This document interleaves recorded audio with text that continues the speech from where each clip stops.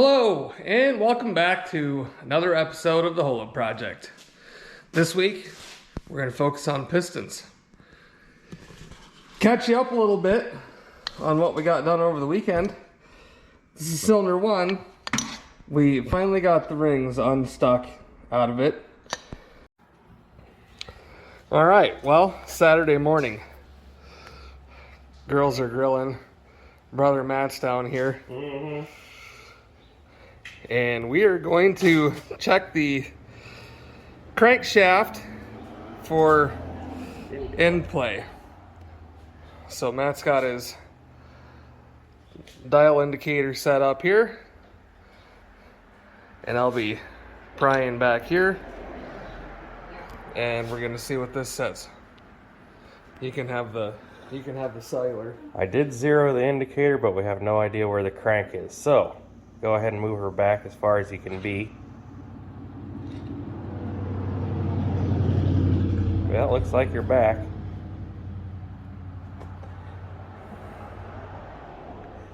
If you notice that my needle on my dial indicator has little peyronie's going on there, so just ignore that for the time being.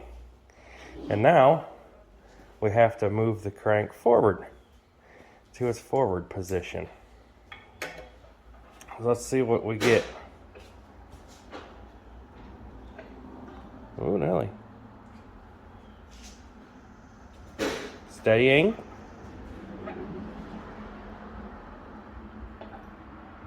That's about all I can get it. 2000s.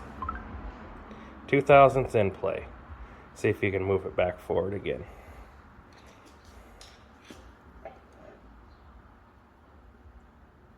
Yep. 2000s in play it is. Perfect. Well, we're working our way around this piston here. Just using a razor blade to go around the edges of the ring. And then a pick. We've got it moving, we've got chunks of it coming out. So we're going to keep after this and trying to be as careful as we can about the ring lands. We don't want to widen that out. And I'm in the process of cleaning the ring lands up. Make sure those are good and clean.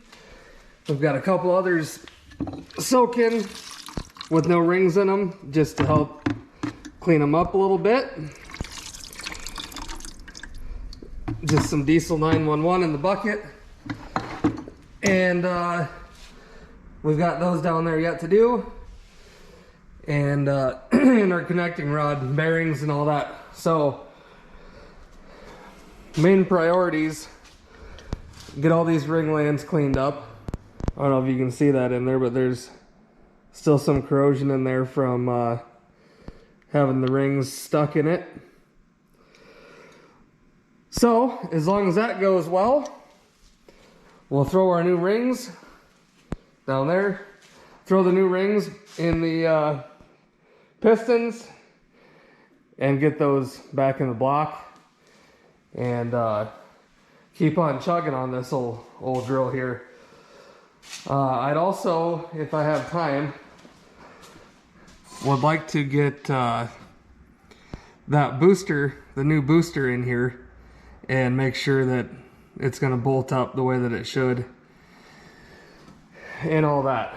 So it's going to be a busy week. Golf league starts on Thursdays plus work, and this week is my brother's birthday, so he's at the end of the week this week, and we'll be traveling this coming weekend to go down and do some birthday shenanigans. So we'll get done what we can get done up here, and keep on plugging away. So I'm gonna put the tunes on and start working on getting these pistons cleaned up, and I'll be back with you here after a bit.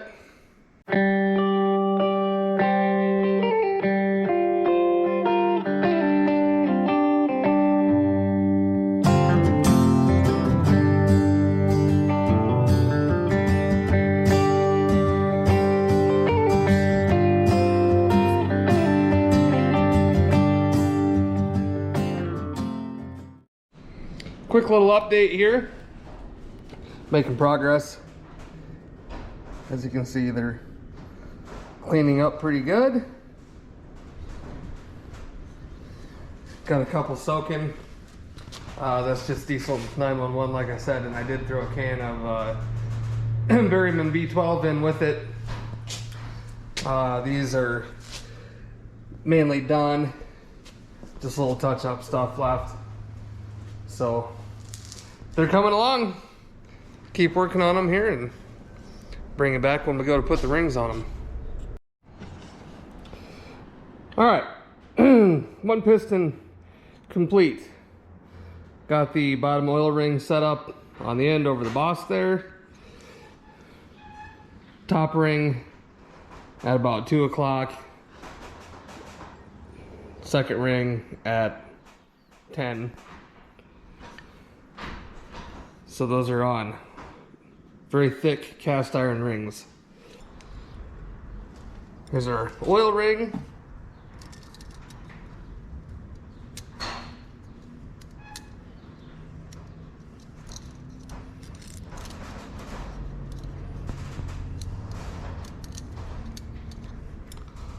Slip that bottom groove.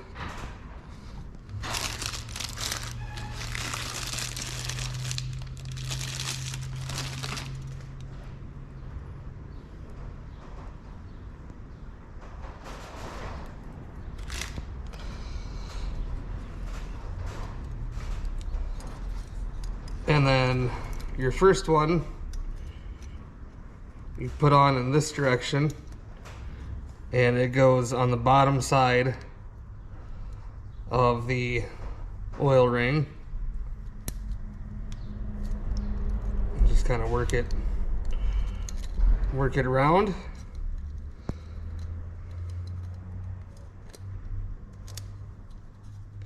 Okay. And then your top ring, you put on the opposite direction.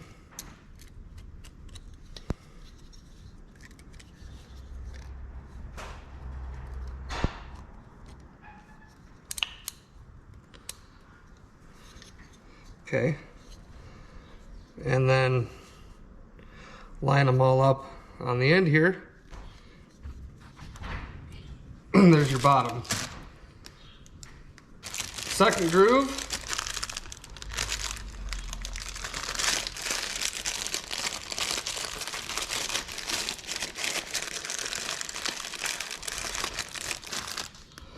Second groove ring is directional. So you gotta look at it. It says top.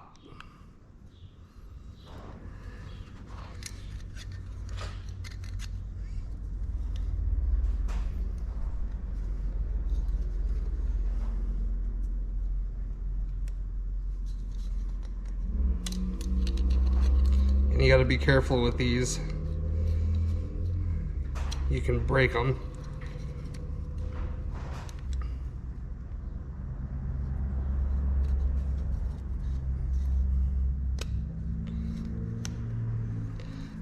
And also be careful with them because they're very sharp.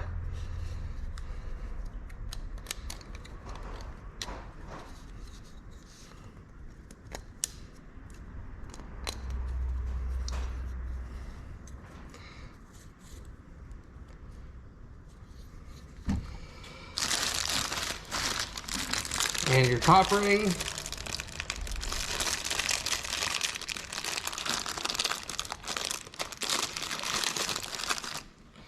Top ring is not directional.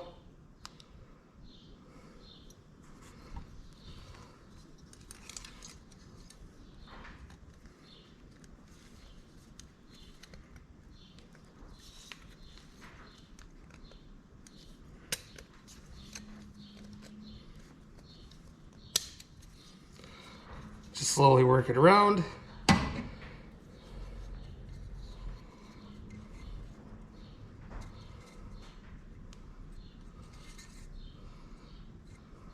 Set your grooves, your gaps. There you go.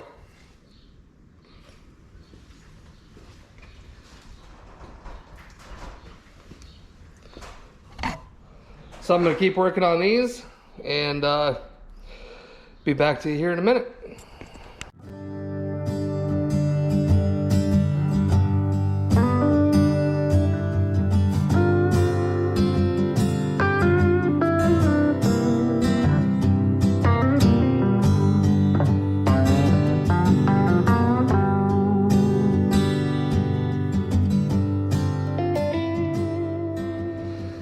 All right, well, we're back at it today. We ended up leaving last night. Got a massive headache during the process of working on things down here. So we're back down here today, and I wanted to run through just a few things with you here as we go.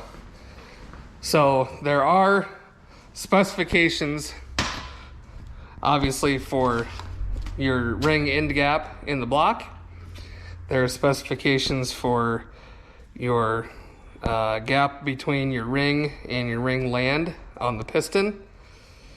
And there are specifications, obviously, for the caps, your connecting rod tolerance for the bearings. So first of all, I'll just show you here quick. I've got a ring in the block, and the way you square that up is I just use a piston that doesn't have any rings on it. Push it down in to whatever depth you want to check it at. Just using the top of a piston that doesn't have any rings on it. And then you get out your feeler gauge and you check the gap right here, which is probably really hard for you guys to see.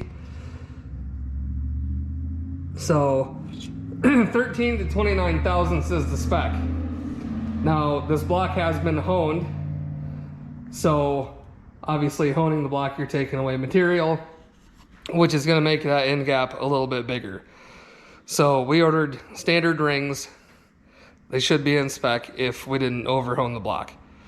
And I am getting a reading basically of right at 29 thousandths. So it's at the end of the spectrum. It is still within spec. Should be good there. So you can do that, or you should do that, and I probably will. You need to do that for every cylinder and try to check them all at the same depth in the block so that you have a consistent reading. So you would just take it out, move it to your next one down. I'm bleeding already because these are sharp and it slipped off my finger. Can't let YouTube see that. Take your piston, push your ring in, and we're just going to start a consistent spot. We'll recheck this one, but basically right at the bottom of that piston top. Push it in, get your feeler gauge back out, and check your end gap, which that's actually a little bit less right there. So we'll go down to 28 thousandths. You just want to feel just a little tiny bit of drag on that. So, okay, that's good. Also, you can get yourself some of these piston ring expanders. Move down one. Okay. So your spec for this tolerance here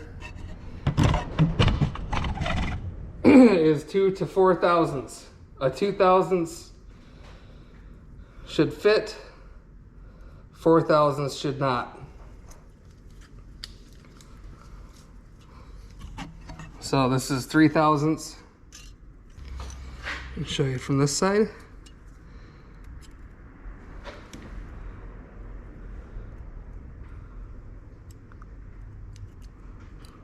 So actually 3 thousandths is a little tight. Take your next ring.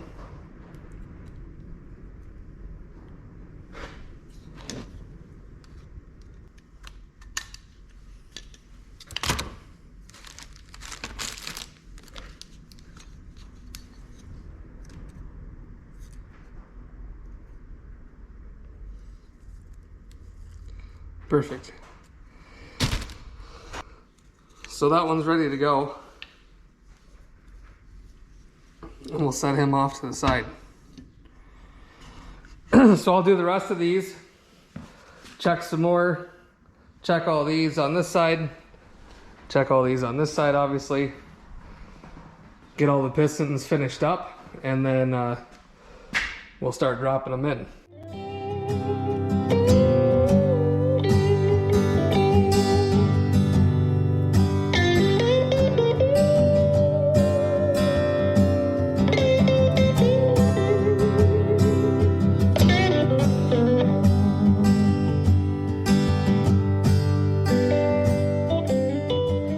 All right, so a couple things when you're doing this. I've got one piston in. Make sure that your cylinder wall is very, very, very, very clean. Get that cleaned up. Use some oil on your rings. So just take a quart of oil or something, Marvel, regular oil, break-in oil, and just pour some on the rings, or have a little bucket full that you can just kind of dip it in.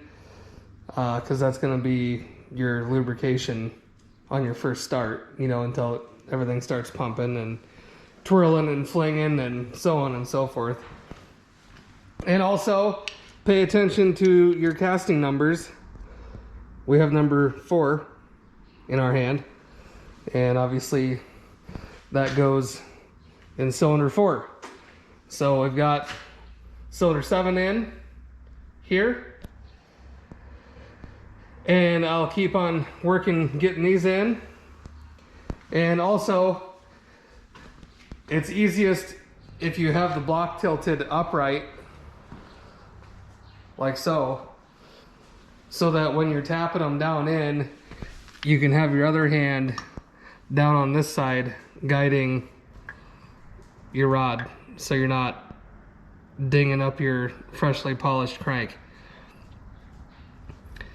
We do have to check all these with plastic gauge, and then once everything, if everything's good with that, then we'll put assembly lube on everything and go back through and, torque it all down. So just make sure your crank journal's super clean, make sure your cylinder wall is super clean, oil your rings on your piston, and just pay attention to your sounds and stuff as you drive this in. Let me put a new battery in the camera here, and I'll kind of do one. I'll do one along with you guys. Before we get too crazy installing pistons here,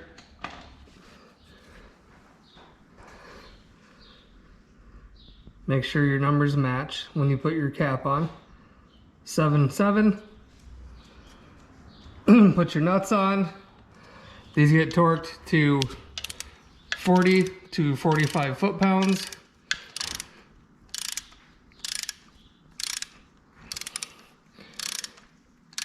So let's just go ahead and plastic gauge this one since we're here.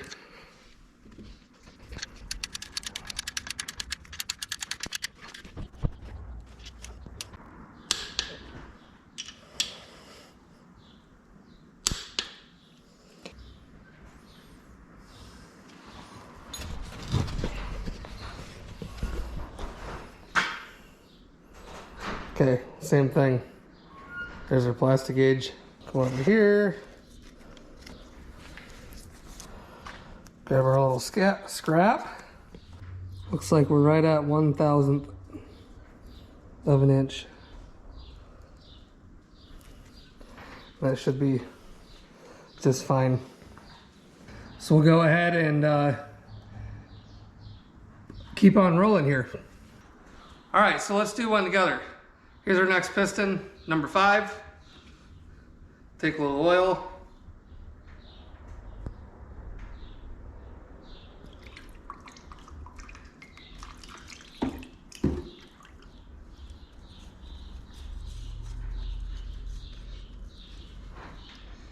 Get it oiled up. Make sure your ring gaps are where you want them. Grab our piston ring compressor here. And make sure, see how that says rear? That faces the rear of the engine.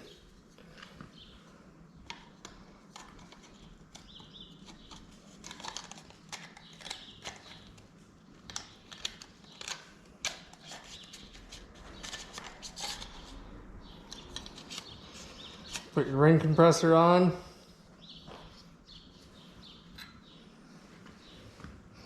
I normally run it down fairly low.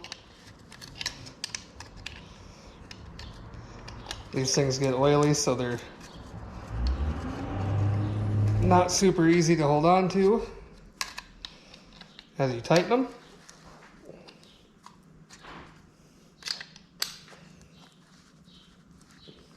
Get it good and snug.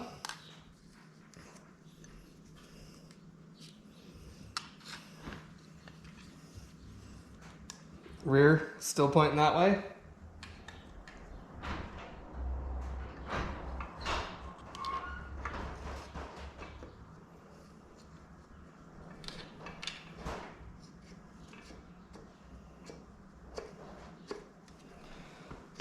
Carefully guide it down.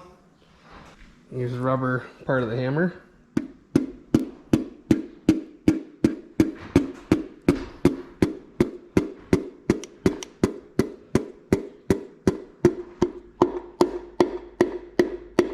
Okay, hear that? Sounds like we've got a ring catching a little bit.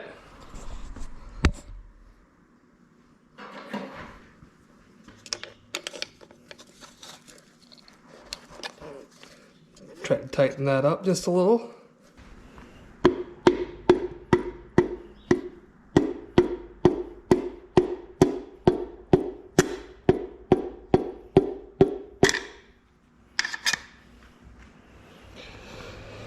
Okay, now from the bottom you can see we're getting close. And this is where I was saying you can use both your hands and guide that. Typically, I try to run this journal to the bottom. That way it's easier for me to guide it. So I'll go ahead and do that. Okay. Like I said, make sure this is really nice and clean. I've already cleaned it. So now, I'll kind of show you. You can have one hand down here watching.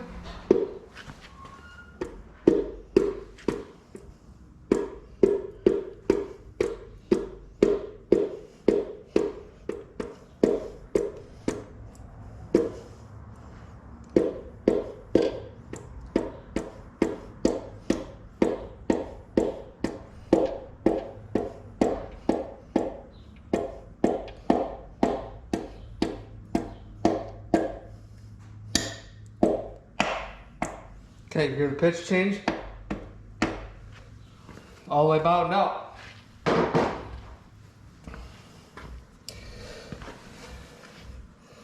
And then like I did here, you'll grab your cap, lay your little piece of plastic gauge in it, torque it, pull it back off, check your spec. If everything's good, pop that back up a little bit so you can grease it, put your engine assembly lube, bring it back together and torque it, and should be good to go. So,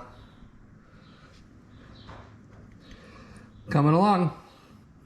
It's a very time-consuming process. It's meticulous work.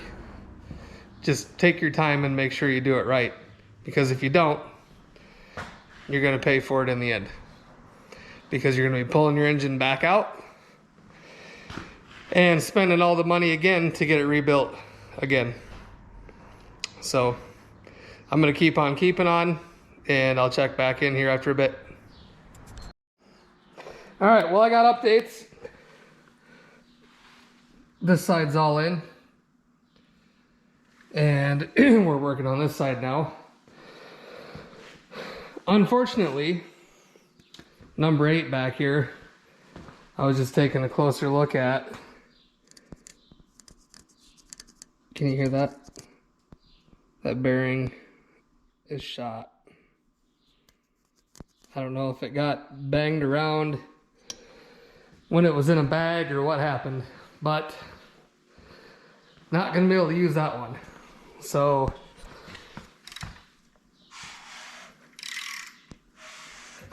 everybody's moving good and free so far. Show you the bottom side. If I can keep the cherry picker from, or the engine stand from.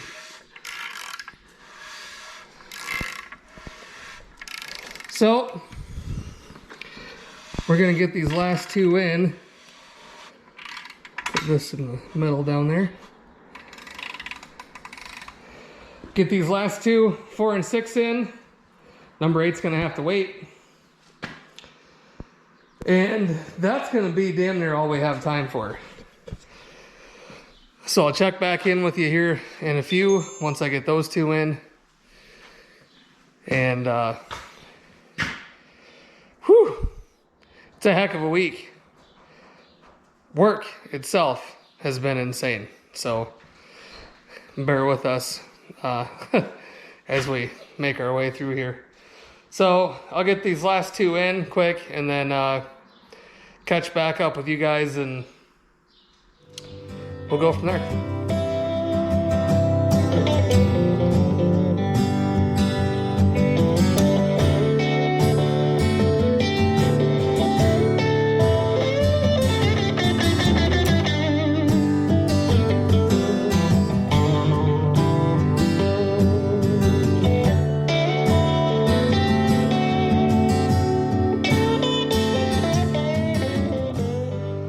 All right, well, everybody's in.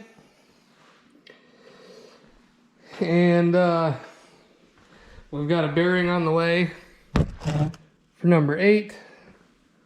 Let me roll this over. We're back upright.